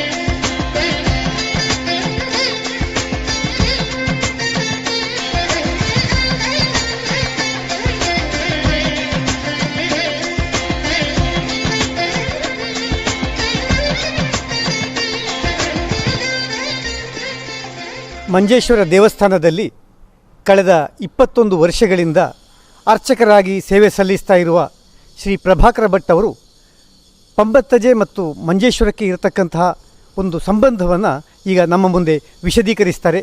ನಮಸ್ಕಾರ ಪ್ರಭಾಕರ ಭಟ್ ಅವರೇ. ಪ್ರಥಮವಾಗಿ ಏನು ಹೇಳೋದಂದರೆ, ಈ ಮಂಜೇಶ್ವರ ಶ್ರೀಮದಂತೇಶ್ವರ ಕ್ಷೇತ್ರಕ್ಕೂ ಪಂಬತ್ತಜೆ ಕ್ಷೇತ್ರಕ್ಕೂ ಒಂದು ಅವಿನಾಭಾವ ಸಂಬಂಧ ಇದೆ, ಹಿಂದಿನಿಂದ ಬಹುಕಾಲದಿಂದ ಇದೆ. ಆ ಸಂಬಂಧವಾಗಿ ಇಲ್ಲಿಯವರೇ ದೇವರ ಕೆಲಸ ಎಲ್ಲ ಮಾಡಿಕೊಂಡು ಇದ್ದರೂ ಇಲ್ಲಿಂದ ಏನೋ ಒಂದು ಕಾರಣಾಂತರದಿಂದ ಅಲ್ಲಿ ಹೋಗಿ ಪಂಬತ್ತಜೆಗೆ ಅಲ್ಲಿ ಹೋಗಿ ಅರ್ಚನೆ ಆರಾಧನೆ ಮಾಡಿಕೊಂಡಿದ್ದರು. ಈಗ ಒಂದು ವಿಗ್ರಹ ಸಿಕ್ಕಿದ್ರಿಂದ ಅಲ್ಲಿ ದೇವರದ್ದೇ ಕಲ್ಪನೆ ಆಗಿರಬೇಕು, ಇವರಿಗೆ ಪ್ರಭುಗಳಿಗೆ ಅಲ್ಲಿ ಒಂದು ಜೀರ್ಣೋದ್ಧಾರ ಕಾರ್ಯ ಮಾಡಬೇಕು ಎಂದೇಳಿ ಒಂದು ಪ್ರೇರೇಪಣೆ ಆಯಿತು. ಎಲ್ಲರೂ ಆ ಗ್ರಾಮದವರೆಲ್ಲ ಸೇರಿಕೊಂಡು ಬಂದು ಈ ದೇವರ ತರ್ಪಣೆಯನ್ನು ಪ್ರಸಾದ ಬೇಡಿಕೊಂಡು ಆ ಜೀರ್ಣೋದ್ಧಾರ ಕಾರ್ಯಕ್ಕೆ ಪ್ರಾರಂಭ ಮಾಡಿದರು. ಎಲ್ಲರ ಸಹಕಾರದಿಂದ ಆ ಕಾರ್ಯ ಎಲ್ಲ ನಡೀತಾ ಉಂಟು. ಇನ್ನೂ ಆಗಬೇಕಾದಂಥ ಕಾರ್ಯಗಳೆಲ್ಲ ಎಲ್ಲರ ಸಹಕಾರದಿಂದ ಅದು ನಡೆದು ಅಲ್ಲಿಯ ಕಾರಣಿಕೆ ಎಲ್ಲ ವೃದ್ಧಿಯಾಗಿ, ಸಾನ್ನಿಧ್ಯ ವೃದ್ಧಿಯಾಗಿ ಆ ಗ್ರಾಮದವರಿಗೆಲ್ಲ ಒಳ್ಳೆಯದಾಗಬೇಕೆಂದೇಳಿ ದೇವರ ಪ್ರಾರ್ಥನೆ ಮಾಡಿಕೊಂಡು ಒಂದು 2 ಮಾತನ್ನು ಹೇಳಲಿಕ್ಕೆ ನಾನು ಬಯಸ್ತೇನೆ. ಪಂಬತ್ತಜಿಯ ಲಕ್ಷ್ಮೀ ಜನಾರ್ದನ ದೇವಳದ ವಠಾರದಲ್ಲಿ ನಾವಿದ್ದೇವೆ. ಈಗಾಗಲೇ ಇಲ್ಲಿ ಪೂಜಾದಿ ಕಾರ್ಯಗಳು, ದ್ವಾರದ ಪೂಜಾದಿ ಕಾರ್ಯಗಳು ನೆರವೇರಿದವು. ಇದರ ಮುಖ್ಯ ಜೀರ್ಣೋದ್ಧಾರದ ಜವಾಬ್ದಾರಿಯನ್ನು ವಹಿಸಿಕೊಂಡಂಥವರು ಗೋಪಾಲಕೃಷ್ಣ ಪ್ರಭುಗಳು. ಮಂಗಳೂರಿನಿಂದ ಅವರು ಇಲ್ಲಿಗೆ ಆಗಮಿಸಿ, ಅಂದರೆ ಪಂಬತ್ತಾಜೆಗೆ ಆಗಮಿಸಿ ಇಲ್ಲಿನ ಜೀರ್ಣೋದ್ಧಾರದ ಕೆಲಸಗಳನ್ನು ಮಾಡಿಕೊಂಡು ಬರ್ತಾ ಇದ್ದಾರೆ. ಉಳಿದ ಎಲ್ಲ ಊರಿನ ಮುಖಂಡರನ್ನು ಮತ್ತು ಕುಲಬಾಂಧವರನ್ನು ಸೇರಿಸಿಕೊಂಡು ಈ ಒಂದು ಜೀರ್ಣೋದ್ಧಾರದ ಕೆಲಸದಲ್ಲಿ ಅವರು ನಿರತರಾಗಿದ್ದಾರೆ. 9 ಕುಟುಂಬಸ್ಥರು, ಪಂಬತ್ತಾಜೆಯ ಗೌಡ ಸಾರಸ್ವತ ಕುಲಕ್ಕೆ ಸೇರಿದ 9 ಕುಟುಂಬಸ್ಥರು ಈ ಪಂಬತ್ತಾಜಿಯ ದೇವಸ್ಥಾನದ ವಿನಿಯೋಗದಲ್ಲಿ ಇದ್ದರು ಅಂತ ಹೇಳಿ ನಮಗೆ ಚರಿತ್ರೆ ತಿಳಿದು ಬರ್ತದೆ. ಈಗ ಗೋಪಾಲಕೃಷ್ಣ ಪ್ರಭುಗಳನ್ನು ಆ 9 ಕುಟುಂಬಗಳು ಯಾವುದು ಅಂತ ಅನ್ನೋದನ್ನು ಕೇಳೋಣ. ನಮಸ್ಕಾರ ಗೋಪಾಲಕೃಷ್ಣ ಪ್ರಭುಗಳೇ. ನಮಸ್ತೆ. ಈ ದೇವಸ್ಥಾನದ ಜೀರ್ಣೋದ್ಧಾರದ ಕಾರ್ಯಕ್ಕೆ ನನ್ನನ್ನೇ ಫಸ್ಟಿಗೆ ಜ್ಯೋತಿಷ್ಯ ಮುಖೇನ ಒಂದು ಬಂದಂತಹ ಚಿಂತನೆ ಪ್ರಕಾರ ನಾನು ಈ ದೇವಸ್ಥಾನದ ಕೆಲಸವನ್ನು ಕೈಗೆ ತೆಗೆದುಕೊಂಡ ಸ್ಟಾರ್ಟಿಂಗ್ನಲ್ಲಿ ನನಗೆ ಯಾವುದೇ ಥರದ ಇತಿಹಾಸ ಇದರ ಬಗ್ಗೆ ಗೊತ್ತಿರಲಿಲ್ಲ. ಅದಕ್ಕೆ ಪೂರಕವಾಗಿ ಎಷ್ಟೋ ಪುಸ್ತಕಗಳು, ಇದಕ್ಕೆ ಸಂಬಂಧಪಟ್ಟ ಪುಸ್ತಕಗಳು ಅದಕ್ಕೆ ಪೂರಕವಾಗಿ ಸಿಕ್ಕಿದ್ರೂ ಸಹಿತ ಇದೇ ದೇವಸ್ಥಾನದ್ದು ಅಂತ ಗೊತ್ತಾಗಬೇಕಾದ್ರೆ ತುಂಬ ಸಮಯ ತಗೊಳ್ತದೆ. 2012 ಸಾಧಾರಣ ಸೆಪ್ಟೆಂಬರ್ ತಿಂಗಳಿನಲ್ಲಿ ಈ ಕೆಲಸಕ್ಕೋಸ್ಕರ ಹಾಸನದಲ್ಲಿ ನಾನು ಕೆಲಸದಲ್ಲಿರುವಾಗ ಏನೋ ಒಂದು ಸ್ವಪ್ನಗಳು ಎಲ್ಲ ಕಂಡ ಕಾರಣ ಇದನ್ನು ಹುಡುಕಿಕೊಂಡು ಜ್ಯೋತಿಷ ಮುಖೇನ ಇಲ್ಲಿ ಬಂದ ನಂತರ ಇತಿಹಾಸ ತೆಗೆದು ನೋಡಿದೆ. ಅದಕ್ಕೆ ಪೂರಕವಾಗಿ 2003ರಿಂದ 2012ರವರೆಗೆ ಕೆಲಸಗಳು ಇಲ್ಲಿ ಚಿಕ್ಕ ಪ್ರಮಾಣದಲ್ಲಿ ನಡೆದಿತ್ತು. ಡೈರೆಕ್ಟ್ ಬಂದ ತಕ್ಷಣ ಒಂದು ಕೆಲಸ ಮಾಡಬೇಕು ಅಂತ ಹೇಳಿದ್ರೆ ಖಂಡಿತ ಆಗೋದಿಲ್ಲ. ಆವಾಗ ಇತಿಹಾಸ ಶೋಧನೆ ಮಾಡ್ತಾ ಗೊತ್ತಾಯಿತು ಈ ದೇವಸ್ಥಾನಕ್ಕೆ ಪೂರಕವಾಗಿ ಮುಂಚಿನಿಂದಲೂ ಮಂಜೇಶ್ವರದ 18 ಪೇಟೆಯ ದೇವಸ್ಥಾನದ ಪರಿಚಾರಕದಲ್ಲಿ ಕೆಲಸ ಮಾಡುತ್ತಿರುವಂತಹ ಪೈಪ್ ಫ್ಯಾಮಿಲಿ, ನಾಯಕ್ ಫ್ಯಾಮಿಲಿ, ಅದೇ ಥರ ಪ್ರಭು ಫ್ಯಾಮಿಲಿ, ನಮಗೆ ಸೆರಾಜೆ ಪ್ರಭು ಅಂತ ಇಲ್ಲಿ ರೆಕಗ್ನೈಸ್ ಮಾಡ್ತಾರೆ ಕಾಣ್ತದೆ, ಆದರೆ ಆನೇಕಲ್ ಪ್ರಭು ಅಂತ ಸಹ ಹೇಳ್ತಾರೆ. ಮಲ್ಯ ಫ್ಯಾಮಿಲಿ ಮತ್ತು ಬಾಳಿಗ ಫ್ಯಾಮಿಲಿ. ಬಾಳಿಗ ಅಂತ ಹೇಳಿದ್ರೆ ಅವರು ಈಗ ಭಟ್ ಆಗಿದ್ದಾರೆ. ಮಂಜೇಶ್ವರ ಭಟ್ ಫ್ಯಾಮಿಲಿ, ಬಿಕಾರಿ ಭಟ್ ಫ್ಯಾಮಿಲಿ ಅಂತ ಹೇಳ್ತಾರೆ. ಅದೇ ಥರ ಕರೋಪಾಡಿ ಹೆಗ್ಡೆ ಮತ್ತು ಕರೋಪಾಡಿ ನಾಯಕ್ ಕರೋಪಾಡಿ ಪೈ ಫ್ಯಾಮಿಲಿ ಅಂತಿದೆ. ಇದರ ಕೆಲಸ ಕಾರ್ಯಗಳೆಲ್ಲ ಮುಗಿದು ಯಾವಾಗ ಬ್ರಹ್ಮಕಲಶ ಆಗ್ಬೋದು ಅಂತನ್ನುವ ಊಹೆ ನಿಮ್ಮದು? ಈ ದೇವಸ್ಥಾನ 18 ಪೇಟೆ ಮಂಜೇಶ್ವರ ಮದನಂತೇಶ್ವರ ದೇವಸ್ಥಾನಕ್ಕೆ ಸಂಬಂಧಪಟ್ಟದ್ದರಿಂದ 18 ಪೇಟೆಯ ದೇವಸ್ಥಾನ ಅಂದರೆ 18 ಪೇಟೆಯ ಜನಗಳಿದ್ದಾರೆ. 18 ಪೇಟೆಯ ಜನಗಳು ಬಂದರೆ 18 ದಿವಸ ಸಾಕು, ಅಥವಾ 6 ತಿಂಗಳ ಒಳಗೂ ಕಂಪ್ಲೀಟ್ ಆಗ್ಬೋದು. 18 ದಿವಸ ಖಂಡಿತ ಸಾಕು. ಯಾಕಂತ ಹೇಳಿದ್ರೆ ಇದಕ್ಕೆ ಏನೇ ಆಗಬೇಕಿತ್ತು ಅಂತ ಹೇಳಿದ್ರೆ ಈಗ ಪೇಂಟಿಂಗು, ಎಲೆಕ್ಟ್ರಿಸಿಟಿ ಮತ್ತು ಏನು ಬಾಗಿಲಂತ ಕೂರಿಸುವಂಥದ್ದು, ಮತ್ತೊಂದು ರಾಜಗೋಪುರಕ್ಕೆ ಏನು ಕಮ್ಸೆ ಕಮ್ ಒಂದು ತಿಂಗಳೊಳಗೆ ಕಂಪ್ಲೀಟ್ ಆಗ್ತದೆ, ಏನೂ ತೊಂದರೆ ಇಲ್ಲ. ಪ್ರೇಕ್ಷಕ ಬಂಧುಗಳೇ, ನೀವೇ ನೋಡಿದ್ರಲ್ಲ, ಇಲ್ಲಿನ ಸುತ್ತಲ ಪರಿಸರ ರಮಣೀಯವಾದ ವನದಿಂದ ತುಂಬಿಕೊಂಡಿದೆ. ಅಂದರೆ ಸುತ್ತ ನಿತ್ಯ ಹರಿದ್ವರ್ಣದ ಕಾಡು, ಪಕ್ಕದಲ್ಲೇ ಬಹಳ ಸುಂದರವಾದ ಒಂದು ವೈತರಣಿ ಅಥವಾ ಒಂದು ಕೆರೆ ಇದೆ. ಆ ಕೆರೆಯ ಪಕ್ಕದಲ್ಲೇ ಒಂದು ಬಾವಿಯನ್ನು ಕೂಡ ನಿರ್ಮಿಸಲಾಗಿದೆ. ಅಂದರೆ ಸಹಜವಾದ ಪ್ರಾಕೃತಿಕವಾದ ಬಾವಿ. ಅಂದರೆ ಪುರಾತನ ಕಾಲದಿಂದಲೂ ಕೂಡ ಇಲ್ಲಿ ಒಂದು ದೇವಸ್ಥಾನ ಇತ್ತು. ಆ ದೇವಸ್ಥಾನದ ಅವಶೇಷ ರೂಪದ ಬಾವಿಯನ್ನು ಜೀರ್ಣೋದ್ಧಾರದ ಸಂದರ್ಭದಲ್ಲಿ ಪತ್ತೆ ಹಚ್ಚಲಾಯಿತು. ಅದರ ಪಕ್ಕದಲ್ಲೇ ಶಂಖದ ಸ್ಥಾಪನೆ ಆಗಿದೆ, ನಾಗಪ್ರತಿಷ್ಠೆ ಆಗಿದೆ. ಹೀಗೆ ಎಲ್ಲ ಜೀರ್ಣೋದ್ಧಾರದ ಕೆಲಸಗಳು ನಿರಂತರವಾಗಿ ನಡ್ಕೊಂಡು ಬರ್ತಾ ಇದೆ. ಸದ್ಯದಲ್ಲೇ ಇದರ ಜೀರ್ಣೋದ್ಧಾರ ಕೆಲಸಗಳು ಸಂಪೂರ್ಣಗೊಂಡು ಬಹಳ ಬೇಗ ಬ್ರಹ್ಮಕಲಶದ ಕೆಲಸಗಳು ಆಗ್ತದೆ ಅಂತನ್ನುವ ವಿಶ್ವಾಸವನ್ನು ನಾವು ವ್ಯಕ್ತಪಡಿಸ್ತಾ ಇದ್ದೇವೆ. ಗೋಪಾಲಕೃಷ್ಣ ಪ್ರಭುಗಳೇ, ನಿಮ್ಮ ಕನಸು ಈಡೇರಲಿ, ಆದಷ್ಟು ಬೇಗ ಬ್ರಹ್ಮಕಲಶದ ಕೆಲಸಗಳು ಇಲ್ಲಿ ನೆರವೇರಲಿ ಅಂತ ಹೇಳಿ ನಾವು ಹಾರೈಸ್ತೇವೆ. ಈ ದೇವಸ್ಥಾನದ ಪೂಜಾದಿ ವಿನಿಯೋಗಗಳು ಅಂದರೆ ಬ್ರಹ್ಮಕಲಶದ ಬಳಿಕ ಇಲ್ಲಿ ನಿತ್ಯ ನಿರಂತರವಾಗಿ ಪೂಜಾದಿ ವಿನಿಯೋಗಗಳು ನಡೀತಾ ಇರಬೇಕು. ಆ ಬಗೆಗೆ ಏನಾದರೂ ಚಿಂತನೆಯನ್ನು ಹರಿಸಿದ್ದೀರಾ?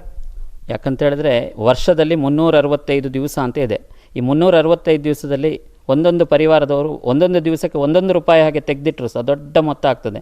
ಅಂಥದ್ರಲ್ಲಿ ಒಂದು ಮೊತ್ತವನ್ನು ನಾವು ತೆಗೆದಿಟ್ಟುಕೊಂಡು ಆದರೆ ಆ ಮೊತ್ತದಿಂದ ಒಂದು ದಿನಕ್ಕೆ ಒಂದರ ಹಾಗೆ ಒಂದೊಂದು ಕುಟುಂಬದ ಹಾಗೆಯೋ ಅಥವಾ ಇಡೀ ಊರಿನ ಎಲ್ಲರೂ ಸೇರಿ ಒಂದೊಂದು ಎಂತ ಹೇಳ್ತಾರೆ ಅದಕ್ಕೆ ಫಿಕ್ಸೆಡ್ ಡೆಪಾಸಿಟ್ಸ್ ಆ ಟೈಪ್ ಇಟ್ಕೊಂಡು ಇದರಲ್ಲಿ ಯಾವುದೇ ಥರದ ತೊಂದರೆ ಬರದಾಗೆ 365 ದಿವಸವೂ ಇದರ ಕಾರ್ಯಗಳು ಚೆನ್ನಾಗಿ ನಡೆಯುವ ಹಾಗೆ ಒಂದು ಪೂರ್ವ ಸಿದ್ಧತೆಗಳು ಆಲ್ರೆಡಿ ಮಾಡಿದ್ದೇವೆ. ಅದರ ಬಗ್ಗೆ ಚಿಂತನೆಗಳನ್ನು ಮಾಡ್ತಾ ಇದ್ದೇವೆ. ಪುತ್ತೂರಿನ ಶ್ರವಣಕುಮಾರ್ ಅವರು ಸುರಕ್ಷಾ ಟ್ರಾವೆಲ್ ಏಜೆನ್ಸಿಯಲ್ಲಿ ಕೆಲಸ ಮಾಡ್ತಾ ಕಳೆದ 4 ವರ್ಷಗಳಿಂದ ನಿರಂತರವಾಗಿ ಪಂಬತ್ತಜೆಗೆ ಬರ್ತಾ ಇದ್ದಾರೆ. ಒಂದಲ್ಲ ಒಂದು ಕೆಲಸವನ್ನು ಹಮ್ಮಿಕೊಂಡು ಅವರು ಬರ್ತಾ ಇದ್ದಾರೆ. ಕಳೆದ 1 ವರ್ಷದಿಂದ ಅವರಿಗೆ ಅವರ ಔದ್ಯೋಗಿಕ ಏಳಿಗೆ ಆಯಿತು. ಅಂದರೆ ಅವರು ಸ್ವಂತ ಉದ್ಯಮವನ್ನು ಹಾಕ್ಕೊಳ್ಳಿಕ್ಕೆ ಕೂಡ ಅವರು ಸಾಧ್ಯ ಆಯಿತು. ಇಂತಹ ಒಂದು ಏಳಿಗೆ ಪಂಬತ್ತಾಜೆಗೆ ನಿರಂತರವಾಗಿ ಬರ್ತಾ ಇದ್ದದರಿಂದ ಆಯಿತು ಅಂತ ಅನ್ನೋದನ್ನು ಅವರು ವ್ಯಕ್ತಪಡಿಸ್ತಾ ಇದ್ದಾರೆ. ಶ್ರವಣಕುಮಾರ್ ಅವರೇ, ನಿಮ್ಮ ಔದ್ಯೋಗಿಕ ಏಳಿಗೆ ಆದದ್ದನ್ನು ಈ ಪಂಬತ್ತಜೆಗೆ ಬರಲಿಕ್ಕೆ ಶುರು ಮಾಡಿದ ಮೇಲೆ ನಿಮ್ಮ ವ್ಯಕ್ತಿತ್ವ ವಿಕಾಸ ಆಯಿತು, ಒಂದು ರೀತಿಯಲ್ಲಿ ಔದ್ಯಮಿಕ ಏಳಿಗೆಯನ್ನು ಕಂಡುಕೊಂಡ್ರೆ ಅದರ ಬಗ್ಗೆ 2 ಮಾತನ್ನು ಹೇಳ್ತೀರಾ? ನಾನು ಸುರಕ್ಷಾ ಟ್ರಾವೆಲ್ಸಿಗೆ ಸೇರಿ ಒಂದು 4 ವರ್ಷ ಆಯಿತು. 4 ವರ್ಷ ಆದಮೇಲೆ ಅಲ್ಲಿ ಯತೀಶ್ ಶೆಟ್ಟಿ ಅವರ ಸುರಕ್ಷಾ ಟ್ರಾವೆಲ್ಸ್ ಅಂತೇಳಿತ್ತು. ಅದರಲ್ಲಿ ಪ್ರಭುಗಳನ್ನು ಕರ್ಕೊಂಡು ಇಲ್ಲಿಗೆ ಬರ್ತಾಯಿದ್ದೆ. ಕ್ರಮೇಣ ಈ ಲಕ್ಷ್ಮೀ ಜನಾರ್ದನ ದೇವರ ಕೃಪೆಯಿಂದ ಈಗ ಒಂದು 6-7 ತಿಂಗಳಾಯಿತು ಸ್ವಂತ ಗಾಡಿಯಿಂದ ಅವರನ್ನು ಕರ್ಕೊಂಡು ಬರ್ತಾಯಿದ್ದೇನೆ ಇಲ್ಲಿಗೆ. ಅದರಿಂದ ನನಗೆ ಯಾವುದೇ ರೀತಿಯ ತೊಂದರೆ ಆಗಲಿ ಏನಾಗಲಿ ಸಮಸ್ಯೆಯನ್ನು ಬರಲಿಲ್ಲ. ಆದ್ದರಿಂದ ಅದೇ ಈ ಎಲ್ಲ ನನ್ನ ಇದಕ್ಕೆ ಸುಖಕ್ಕೂ ಈ ಲಕ್ಷ್ಮೀ ಜನಾರ್ದನ ದೇವರ ಕೃಪೆ ಅಂತೇಳಿ ನಾನು ಭಾವಿಸ್ತಾ ಇದ್ದೇನೆ. ಪ್ರೇಕ್ಷಕ ಬಂಧುಗಳೇ, ಈ ಪಂಬತ್ತಾಜೆ ಅನ್ನೋದು ಎಂತಹ ಒಂದು ಕಾರಣಿಕವಾದ ಸ್ಥಳ ಅಂತ ಅನ್ನೋದು ಇಲ್ಲಿಗೆ ಭೇಟಿ ಕೊಟ್ಟ ಕೂಡಲೇ ಗೊತ್ತಾಗುವಂತಹ ಒಂದು ಅಂಶ. ಶ್ರವಣಕುಮಾರ್ ಅವರಿಗೆ ಕಳೆದ 4 ವರ್ಷಗಳಿಂದ ಅದು ಅನುಭವಕ್ಕೆ ಬಂದಿದೆ. ಈ ಒಂದು ಪಂಬತ್ತಜೆ ಮುಂದಿನ ದಿವಸಗಳಲ್ಲಿ ಇನ್ನಷ್ಟು ಏಳಿಗೆಯನ್ನು ಸಾಧಿಸಲಿ ಅಂತ ಹಾರೈಸೋಣ.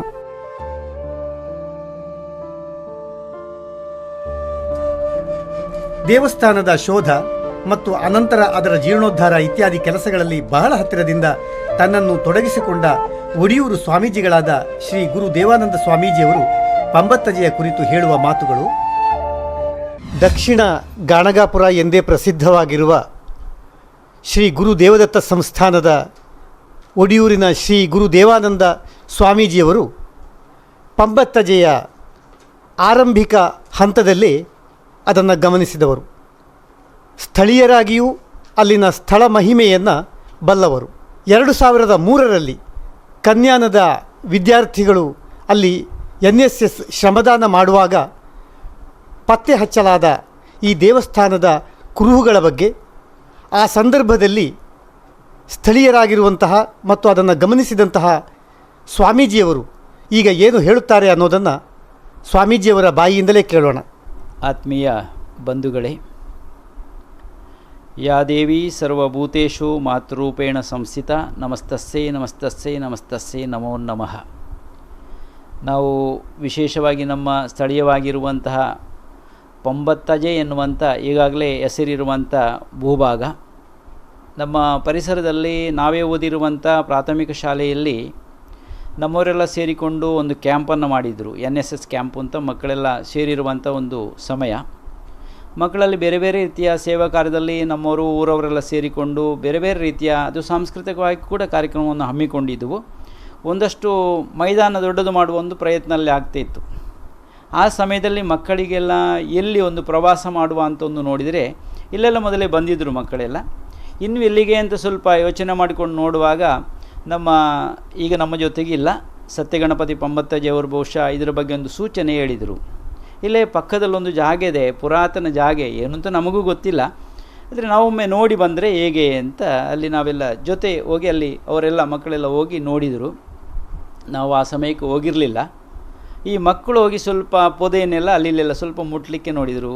ತರಗೆಲೆಲ್ಲ ಇತ್ತು, ಸ್ವಲ್ಪ ರಾಶಿ ಬಿದ್ದದಿತ್ತು, ಕಟ್ಟಿಗೆ ಒಣಗಿದ್ದು ಬಿದ್ದುಕೊಂಡಿತ್ತು. ಅದನ್ನೆಲ್ಲ ಮುಟ್ಟಿ ಆಚೆ ಈಚೆ ಮಾಡುವಾಗ ಅಲ್ಲಿ ಕಂಡಿರುವಂಥ ಒಂದು ವಿಶೇಷವಾದ ದೃಶ್ಯ ಅಂದರೆ ಅಲ್ಲಿ ಲಕ್ಷ್ಮೀ ಜನಾರ್ದನ ದೇವನ ಒಂದು ಸುಂದರವಾದ ಮೂರ್ತಿ ಕಂಡಿತ್ತಲ್ಲಿ.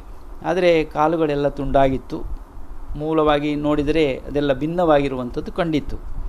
ಅಲ್ಲಿ ಒಂದು ವಾತಾವರಣ ಹೇಗೆ ಅಂದರೆ ಅಲ್ಲಿ ಸ್ಥಳೀಯರನ್ನು ನೀವು ಕೇಳಿದರೆ ಹೇಳ್ಬೋದು, ಒಂದು ವನದಾಗಿ ಬಿದ್ದಿರುವಂಥದ್ದು. ಒಬ್ಬೊಬ್ಬರು ಒಂದೊಂದು ರೀತಿಯ ಹೆಸರನ್ನು ಹೇಳ್ತಿದ್ರು. ಅಲ್ಲಿಗೆ ಏನು ಏಕೆ ಅಂತ ಯಾರಿಗೂ ಗೊತ್ತಿಲ್ಲ. ಕ್ರಮೇಣವಾಗಿ ನಾವು ಆ ಸಮಯದಲ್ಲಿ ನಮಗೊಂದು ಕರೆ ಬಂತು, ಸ್ವಾಮಿರ ನೀವು ಬರಬೇಕು ಅಲ್ಲಿಗೆ, ಈಗೊಂದು ನಮಗೆ ವಿಗ್ರಹ ಸಿಕ್ಕಿದೆ ಅಂತ ಹೇಳಿಕೊಂಡು. ಮತ್ತು ಅದನ್ನೆಲ್ಲ ಶೋಧನೆ ಮಾಡಿಕೊಂಡು ಇದು ವಿಷ್ಣುವಿಗೆ ಸಂಬಂಧಪಟ್ಟಿರುವಂಥ ವಿಗ್ರಹ ಕಾಣ್ತದೆ, ಸ್ಥಳದ ಚಿಂತನೆ ಮಾಡಬೇಕಾದ್ರೆ ಯಾರಾದರೂ ಬಲ್ಲವರನ್ನು ಕರೆಸಿಕೊಂಡು ಅಲ್ಲಿ ಒಂದು ದೈವಜ್ಞರ ಚಿಂತನೆಯನ್ನು ಮಾಡಿಕೊಂಡು ಮುಂದೆ ನೀವು ಹೆಜ್ಜೆ ಇಡಬಹುದು ಅಂತ ನಾವು ಸೂಚನೆ ಕೊಟ್ಟು.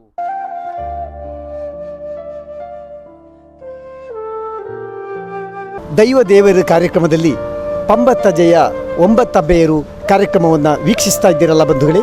ಈಗ ಒಂದು ಸಣ್ಣ ಬ್ರೇಕಿನ ನಂತರ ಕಾರ್ಯಕ್ರಮ ಮುಂದುವರಿಯುವುದು.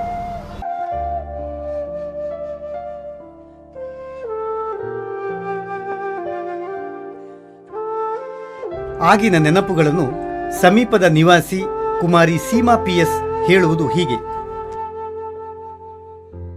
ದೇವಸ್ಥಾನದ ಕುರುಹು ಸಿಕ್ಕಿದ್ದು, ದೇವಸ್ಥಾನದ ಕೆಲಸಗಳು ಸ್ಟಾರ್ಟ್ ಆಗಿದ್ದು ಸಾಧಾರಣ 2003-04 ಆ ಸಂದರ್ಭದಲ್ಲಿ ನಾನು ತುಂಬ ಸಣ್ಣವಳಾಗಿದೆ, ನನಗೆ ತುಂಬ ಏನೋ ನೆನಪಿಲ್ಲ.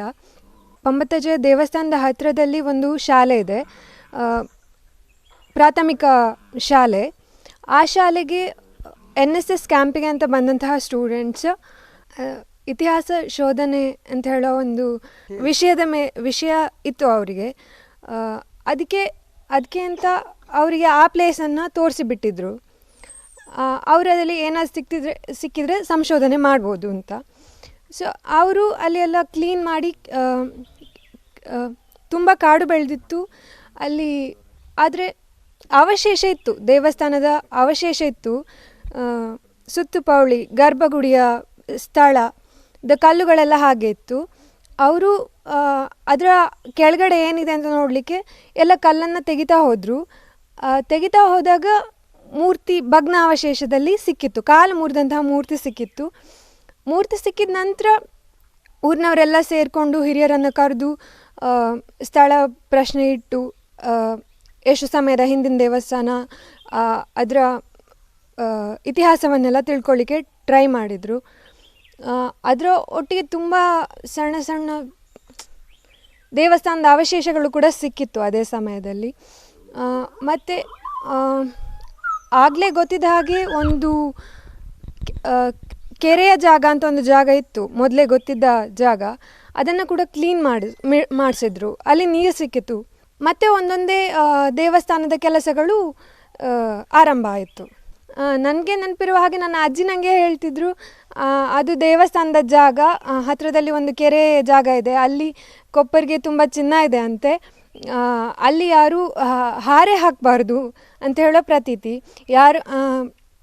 ಯಾರೋ ಮೊದಲು ಆ ಕೊಪ್ಪರಿಗೆ ಚಿನ್ನನ ಕದಿಲಿಕ್ಕೆ ಬಂದವರು ಸತ್ತು ಹೋಗಿದ್ದಾರೆ ಅಂತ ಹೇಳೋ ಪ್ರತೀತಿ ಇತ್ತು. ಆದರೆ ಪುನಃ ಕೆರೆ ಮಾಡುವಾಗ ಹಾಗಿರೋದೇನೋ ಸಿಗಲಿಲ್ಲ.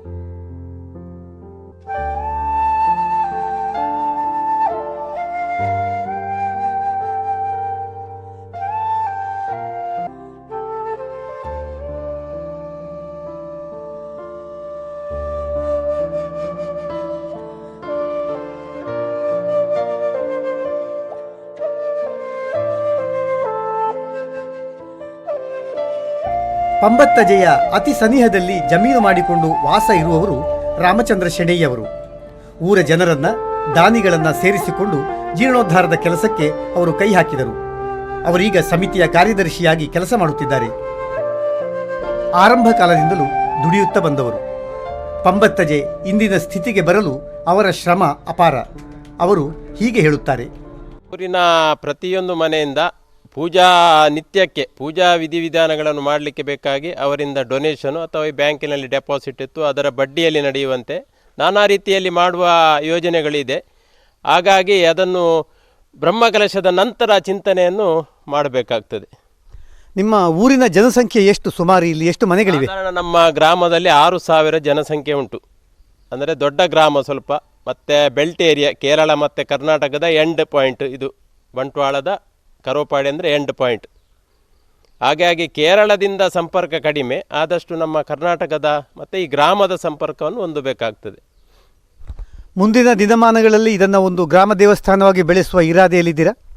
ದೇವಸ್ಥಾನಗಳನ್ನು ಗ್ರಾಮದ ಮಟ್ಟದಲ್ಲೇ ಕೊಂಡೋಗುವ ಯೋಜನೆ ಇದೆ. ಮತ್ತು ನಮ್ಮ GSB ವತಿಯಿಂದ ಸ್ವಲ್ಪ ದೂರ ಇರುವುದರಿಂದ ಎಲ್ಲ GSBಗಳನ್ನು ಒಟ್ಟಿಗೆ ಮಾಡುವಂಥ ಕೆಲಸ ಕಾರ್ಯಗಳು ಆಗಬೇಕು.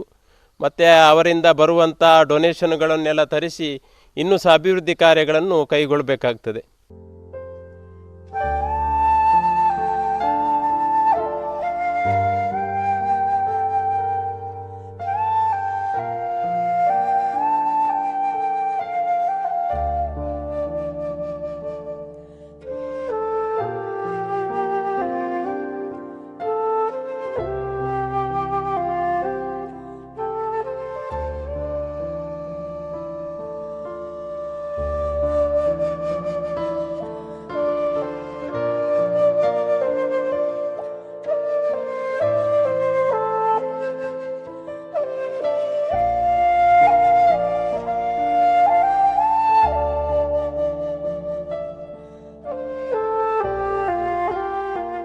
ಕರೋಪಾಡಿಯ ಮಹಮ್ಮದ್ ಅವರಿಗೆ ಈಗ 68ರ ಹರೆಯ. ಅವರು ಬಹಳ ಹಿಂದಿನಿಂದಲೂ ಇಲ್ಲಿ ವಾಸ ಮಾಡ್ತಾ ಬಂದವರು. ಪಂಬತ್ತಜೆಯ ದೇವಸ್ಥಾನದ ಅವಶೇಷ ರೂಪದಲ್ಲೇ ಆ ಪರಿಸರದಲ್ಲಿ ಓಡಾಡ್ತಾ ಇದ್ದವರು. ಅಲ್ಲಿನ ಸ್ಥಳ ಮಹಿಮೆಯನ್ನು ಮಹಮ್ಮದ್ ಅವರು ಹೇಳುವುದು ಹೀಗೆ. ಮೊಹಮ್ಮದ್ ಅವರೇ, ಪಂಬತ್ತಾಜಿಯ ಈ ದೇವಸ್ಥಾನ ಈಗ ಜೀರ್ಣೋದ್ಧಾರ ಆಗ್ತಾ ಇದೆಯಲ್ಲ, ಅದು ಶೋಧನೆ ಆಗುವುದಕ್ಕೂ ಹಿಂದೆ ಅಲ್ಲಿ ಕಾಡು ಪ್ರದೇಶ ಇತ್ತು. ನೀವು ಚಿಕ್ಕವರಿದ್ದಾಗ ಅಲ್ಲಿನ ಪರಿಸರದ ಬಗ್ಗೆ ನಿಮ್ಮ ಭಾವನೆ ಹೇಗಿತ್ತು? ಅಲ್ಲಿನ ಸ್ಥಳದ ಬಗ್ಗೆ ನಿಮ್ಮ ಅಭಿಪ್ರಾಯ ಏನು? ಅಲ್ಲಿ ಮೊದಲು ಏನಿಲ್ಲ, ಮತ್ತೆ ಒಂದು ಸಾಲ ಆಯಿತು, 9 ಸಾಲ ಆಯಿತು. ಸಾಲ ಆಯಿತು ಸಾಧಾರಣ ಈಗ ಒಂದು 50-55 ವರ್ಷ ಆದವರು ಕಲಿತವರು ಇದ್ದಾರೆ ಅಲ್ಲಿ ಶಾಲೆಯ ಈ ದೇವಸ್ಥಾನ ಆಚೆ ಮಣ್ಣಿನ ಗೋಡೆ ಇರುವಾಗ. ಅದರ ನಂತರ ನಾವು ಹೋಗಿಕೊಂಡಿರುವ ಮಿತ್ತನಿಗೆ ಹೋಗಿಕೊಂಡಿರುವ ಒಂದು ದಾರಿ ಅದು. ಮತ್ತು ಅಲ್ಲಿಂದ ನಾನು ಹೋಗಿಕೊಂಡು ಬಂದುಕೊಂಡು ಎಲ್ಲ ಇದ್ದ ಅದೊಂದು ದಾರಿ. ಮತ್ತು ಅಲ್ಲಿ ರಾತ್ರಿ ಅವರಿಗೆ ಬರಲಿಕ್ಕೆ ಸಾಧ್ಯ ಇಲ್ಲ, ಅಲ್ಲಿ ಸರ್ಪಗಳೆಲ್ಲ ಉಂಟಂತ ಯಾರಿಗೆ ಸಾಧ್ಯ ಇಲ್ಲ. ಮತ್ತು ನಾನು ಮಧ್ಯಾಹ್ನ 1 ಗಂಟೆಗೆ ಇದು ಶನಿ ಇದ್ದಾರಲ್ಲ ಅವರ ಚಿಕ್ಕ ತಂದೆಯವರಿಗೆ ಹೋಟೆಲ್ಗೆ ಆಳಿಕೊಂಡು ನಾನು ಹೋಟೆಲ್ನಲ್ಲೇ ಇದ್ದೆ. ಅವನು ಸಾಧಾರಣ ಒಂದು 15-16 ವರ್ಷ ಹೋಟೆಲ್ನಲ್ಲಿದ್ದೇನೆ.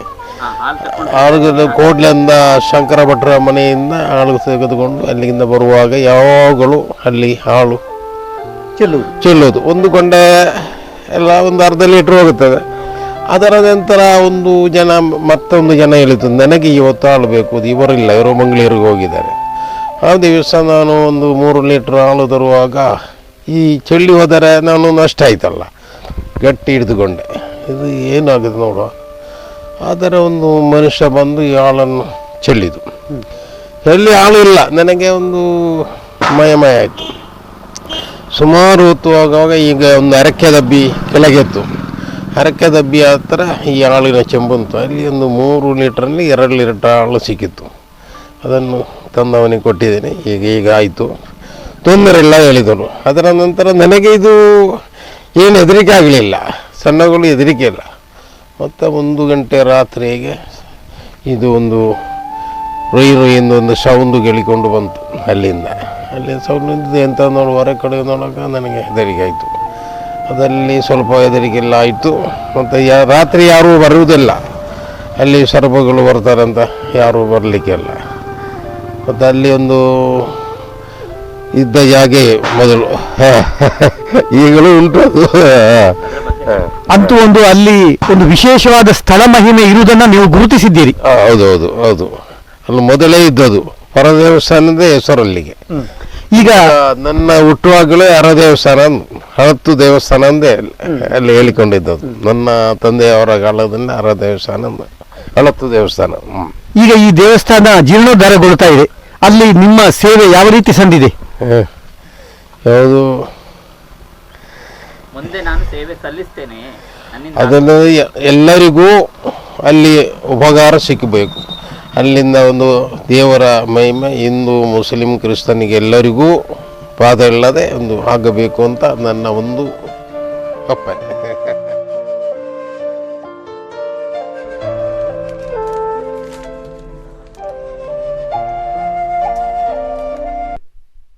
ಪಂಬತ್ತಜೆಯ ದೇವಸ್ಥಾನದ ಜೀರ್ಣೋದ್ಧಾರ ಸಮಿತಿಯ ಅಧ್ಯಕ್ಷರಾಗಿರುವವರು ಪ್ರಸ್ತುತ ಕುಡ್ಪಲ್ ತಡ್ಕದ ವಿಘ್ನೇಶ್ವರ ಭಟ್ ಅವರು. ವಿಘ್ನೇಶ್ವರ ಭಟ್ ಅವರನ್ನು ಈ ದೇವಸ್ಥಾನದ ಜೀರ್ಣೋದ್ಧಾರ ಈಗ ಯಾವ ಹಂತದಲ್ಲಿದೆ ಅನ್ನುವ ಬಗ್ಗೆ ಕೇಳೋಣ. ನಮಸ್ಕಾರ. ಆದಷ್ಟು ಶೀಘ್ರದಲ್ಲಿ ಮುಂದಿನ 2018ನೇ ಇಸವಿಯಲ್ಲಿ ಇದರ ಬ್ರಹ್ಮಕಲಶ ಮಾಡಬೇಕು ಅಂತ ನಾವು ಯೋಜನೆ ಹಾಕಿಕೊಂಡಿದ್ದೇವೆ. ಗರ್ಭಗುಡಿಯ ಕೆಲಸ 90% ಆಗಿದೆ. ಸುತ್ತು ಗೋಪುರಗಳ ಕೆಲಸ ಆಗಿದೆ. ಸತ್ಯಗಣಪತಿಯವರು ಸುಮಾರು 4 ವರ್ಷಗಳ ಹಿಂದೆ ತೀರಿ ಹೋದರು.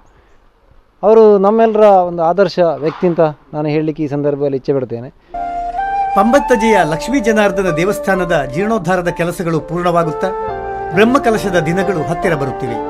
15 ವರ್ಷಗಳ ಹಿಂದೆ ಅಂದರೆ 2003ರಲ್ಲಿ NSS ವಿದ್ಯಾರ್ಥಿಗಳಿಗೆ ನೆಲದಡಿಯಲ್ಲಿ ಕಂಡುಬಂದ ದೇವಾಲಯವೊಂದು ತನ್ನ ಪೂರ್ಣಾವತಾರದೊಂದಿಗೆ ವೈಭವೋಪೇತವಾಗಿ ಅಭಿವೃದ್ಧಿಗೊಂಡು ತಲೆ ಎತ್ತಿ ನಿಲ್ಲುವ ದಿನಗಳು ಹತ್ತಿರವಾಗುತ್ತಿದೆ.